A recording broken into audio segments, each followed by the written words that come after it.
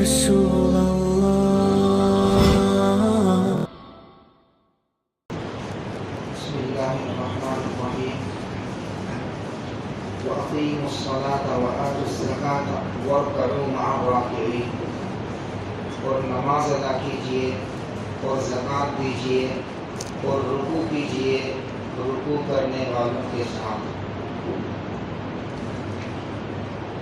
اس سے پہلی آیت کریمہ میں اللہ تبارک و تعالیٰ نے علماء یہود کو ایمان کی طرف بلایا تھا کہ یہودی علماء تم ایمان لے آؤ اور محمد صلی اللہ علیہ وسلم کو رسول تسلیم کر لو. اور دوسری بات یہ ارشاد فرمائی تھی کہ تلبیس حق اور کتمان حق سے باز آ جاؤ. تلبیس حق کا مطلب یہ ہے کہ مسائل کی غلط تشریحات سے اپنے آپ کو بچا لو، اور اسی طریقے سے جو حق بات ہے اس پر پردہ ڈالنے سے. اب یہاں سے اللہ تبارک و تعالیٰ ارشاد فرما رہے ہیں کہ آخرت میں نجات پانے کے لیے صرف ایمان لے آنا اور مسائل کی غلط تشریحات سے بچنا ہی کافی نہیں ہے، بلکہ اخروی نجات کے لیے بہت سارے نیک عمل کرنے کی ضرورت ہے. اور ان نیک اعمال میں سب سے اہم عبادت، سب سے افضل عبادت اور ایسی عبادت کہ جسے بندگی کہا جا سکے وہ نماز ہے. اور اس آیت شریفہ میں اللہ تعالیٰ نے نماز ہی کا حکم فرمایا. اقیم الصلاۃ، یہ لفظ اقام یقیم اقامتن سے بنا ہے. اقامت کے معنی عربی میں آتے ہیں کسی چیز کو سیدھا کرنا، درست کرنا، کسی چیز میں جو کجی ہو، ٹیڑھا پن ہو، اس کو صحیح کر دینا. اور اقامت صلاۃ کا مطلب یہ لکھا ہے کہ بندہ ہر نماز کو اس کے وقت پر تمام فرائض، واجبات، سنتیں، مستحبات اور خشوع و خضوع کی رعایت کرتے ہوئے ادا کرے. اگر بندہ نماز پڑھ رہا ہے صرف واجبات اور فرائض کی رعایت کرتے ہوئے تو یہ تو کہا جائے گا کہ یہ نماز پڑھ رہا ہے، لیکن یہ ہرگز نہیں کہا جائے گا کہ یہ نماز قائم کر رہا ہے.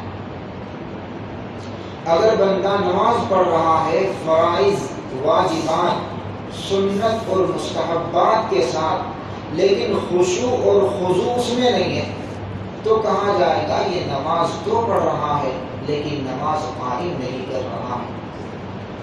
سنتوں کی بھی رعایت ہونی چاہیے اور جو مستحبات ہیں ان کی بھی رعایت ہونی چاہیے. اور دو لفظ ہم بولتے اور سنتے ہیں، ایک لفظ ہے خشوع اور دوسرا لفظ ہے خضوع. خشوع کہتے ہیں کہ بندہ دل سے مکمل اللہ تعالیٰ کی طرف متوجہ ہو جائے نماز کے اندر. جب بندہ کہے اللہ اکبر تو اس کا مطلب یہ ہو کہ جتنے دنیاوی مشاغل ہیں، جتنی دنیاوی الجھنیں ہیں، وہ سب کی سب میں پیچھے چھوڑ چکا ہوں. اب تو میں آپ کا بندہ ہوں اور آپ میرے معبود ہیں، دوسری کوئی چیز عبادت میں لاحق نہ ہو. دل میں دنیاوی خیالات نہیں لانے چاہیے. تو دل کا مکمل طریقے پر اللہ تبارک و تعالیٰ کی طرف متوجہ ہونا یہ خشوع کہلاتا ہے. اور خضوع کا مطلب ہے آدمی کے جسم کا پرسکون رہنا. ایسا نہیں کہ نماز میں کوئی مکھی لگ رہی ہے تو ہم ہاتھ کو حرکت کرنے لگے، گرمی لگ رہی ہے تو ہم حرکت کرنے لگے، کچھ پریشانی ہوئی تو فوراً ایک پیر سے دوسرا پیر بدل لیا. مطلب کہنے کا یہ ہے کہ نماز کے اندر ہمارا دل بھی اللہ کی طرف متوجہ ہو اور ہمارا جسم بھی مکمل آداب کی رعایت کے ساتھ اللہ کی بارگاہ میں کھڑا ہے. یہ اقامت صلاۃ کا مفہوم ہے۔ 6 چیزوں میں سے کوئی ایک چیز بھی ختم ہوتی ہے نماز کے اندر سے، فرائض، واجبات، سنت، مستحبات، خشوع اور خضوع، اگر کوئی ایک چیز بھی مفقود ہوتی ہے تو فرض تو اس کا ادا ہو جائے گا، لیکن نماز قبولیت کے درجے کمال کو نہیں پہنچی۔ آپ اور ہم کسی مفتی سے اگر مسئلہ معلوم کریں گے کہ میں نے نماز کو تمام فرائض، واجبات اور سنت کے ساتھ ادا کیا، لیکن مستحبات کی میں نے رعایت نہیں کی، نہ خشوع کیا نہ خضوع کیا، تو کیا میری نماز ہوئی؟ تو جواب یہ ملے گا آپ کی نماز ہو گئی، یعنی جو اللہ تعالیٰ نے آپ کے اوپر ایک فرض عائد کیا تھا وہ فرض ختم ہو گیا آپ کے ذمہ سے۔ لیکن اگر ہم معلوم کریں کیا وہ نماز قبولیت کے درجے کمال کو پہنچی ہے، تو اس کے بارے میں نفی میں جواب ملے گا کہ نہیں، درجے قبولیت کو اسی وقت پہنچے گی جب کہ یہ 6 چیزیں پائی جائیں۔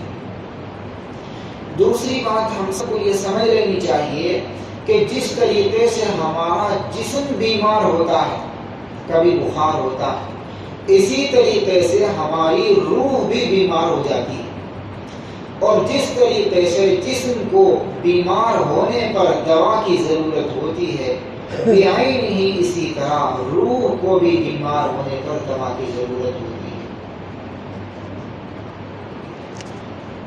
علماء یہود کے اندر 2 بیماریاں پائی جاتی تھیں، وہ جسمانی اعتبار سے تو بالکل تندرست تھے، لیکن روحانی اعتبار سے ان کی روح کے اندر 2 بیماریاں پیوست تھی، 2 بیماریاں پائی جاتی تھیں۔ پہلی بیماری جو علماء یہود کے اندر تھی وہ تھی حب مال، اور حب مال کہتے ہیں مال کی محبت کا دل میں پیوست ہو جانا، آدمی کو ہر وقت، ہر دن اور ہر رات ایک دھن سوار رہے کہ کسی طریقے سے مجھے مال مل جائے، اسے کہتے ہیں حب مال۔ تو مال کی محبت علماء یہود کے دل میں پیوست تھی۔ اور دوسری جو روحانی بیماری تھی وہ تھی حب جاہ، یعنی مرتبے کی محبت۔ یہودی قوم نے علماء یہود کو اپنا پیشوا بنایا، تو علماء یہود یہ چاہتے تھے کہ کسی طریقے سے قوم ہمیں اس مرتبے سے ہٹا نہ دے، اسی وجہ سے وہ نبی آخر الزماں صلی اللہ علیہ وسلم کو تسلیم نہیں کیا کرتے تھے۔ تو ان کے اندر حب مال بھی تھا اور حب جاہ بھی تھا۔ اللہ تعالیٰ نے ان دونوں بیماریوں کا علاج اس آیت شریفہ کے اندر فرمایا کہ حب جاہ کا علاج جو ہے اقیم الصلاۃ، نماز پڑھیے گا۔ جب بندہ اللہ کی بارگاہ میں آئے گا اور نماز قائم کرے گا تو اللہ تعالیٰ سے اس کا ربط پیدا ہوگا، پھر دنیا کے تمام مناصب اور عہدے اس کے جوتے کی نوک پر ہوں گے، اس کے ذرہ برابر اس کی نظر میں کوئی حقیقت و مرتبے کی نہیں ہوگی۔ اور دوسری جو بیماری ہے حب مال، اس کا بھی علاج اللہ تعالیٰ نے ارشاد فرمایا ہے اگلی آیت میں، اور وہ ہے صبر۔ صبر کا مطلب ہے آدمی اپنی دلی خواہشات کو لگام دے لے۔ ہم سب کے دل میں مختلف خواہشات آتی رہتی ہیں، اگر ان خواہشات پر لگام کس دیا جائے، مثلا میرے دل میں آتا ہے اچھا مکان بناؤ، اچھی گاڑی خریدوں، اچھا میرا ذریعہ معاش ہو، تو دیکھیے یہ چیز، اسی کو ہم کہتے ہیں نفسانی خواہشات۔ تو جتنا آدمی کے دل میں دھن دولت کی طرف ہوتی ہے اتنا ہی وہ اس کو حاصل کرنے کے ذریعے اختیار کرتا رہتا ہے۔ جتنی بھی خواہشات دل میں آئیں گی آدمی اتنے ہی پیسے حاصل کرنے کے ذریعے اختیار کرتا رہے گا، اور جتنا خواہشات پر کنٹرول ہوگا، قابو ہوگا، اتنا ہی انسان دھن دولت کے پیچھے کم پڑے گا۔ تو دراصل علماء یہود کے اندر یہ 2 بیماریاں پائی جاتی تھی، حب مال اور حب جاہ۔ اللہ تعالیٰ نے ان دونوں روحانی بیماریوں کا علاج بیان فرمایا کہ حب جاہ کا علاج جو ہے نماز، اور نماز قائم کرنا، نماز پڑھنا نہیں بلکہ نماز قائم کرنا، 6 چیزوں کی رعایت رکھنا۔ اور دوسری چیز یعنی حب مال کا علاج ہے صبر کرنا، اپنی خواہشات کو لگام دینا۔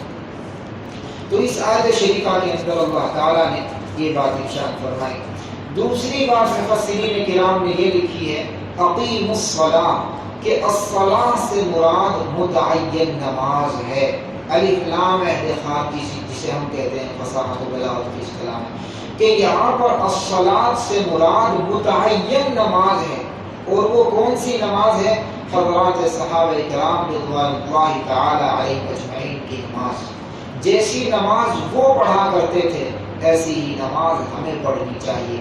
اور صحابہ کیسی نماز پڑھا کرتے تھے رضی اللہ عنہم اجمعین؟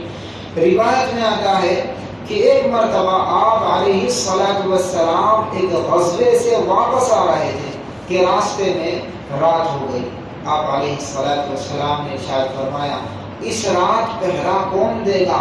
2 صحابی کھڑے ہوئے، ایک انصاری اور ایک مہاجر۔ عرض کیا یا رسول اللہ ہم اس کام کو انجام دیں گے۔ چنانچہ آپ علیہ الصلاۃ والسلام نے پہرے داری پر ان دونوں صحابیوں کو متعین فرمایا اور تمام قافلہ سو گیا۔ ان دونوں صحابیوں نے مشورہ کیا کہ دیکھو اگر دونوں جاگتے رہیں گے تو پہرا کرنا مشکل ہو جائے گا، رات کے آخری حصے میں نیند آ جائے گی۔ تو ایسا کر لیتے ہیں شروع کے حصے میں پہرا دے دیتا ہوں، آپ سو جائیں، آخری حصے میں آپ پہرا دے لیجیے گا، میں سو جاؤں گا۔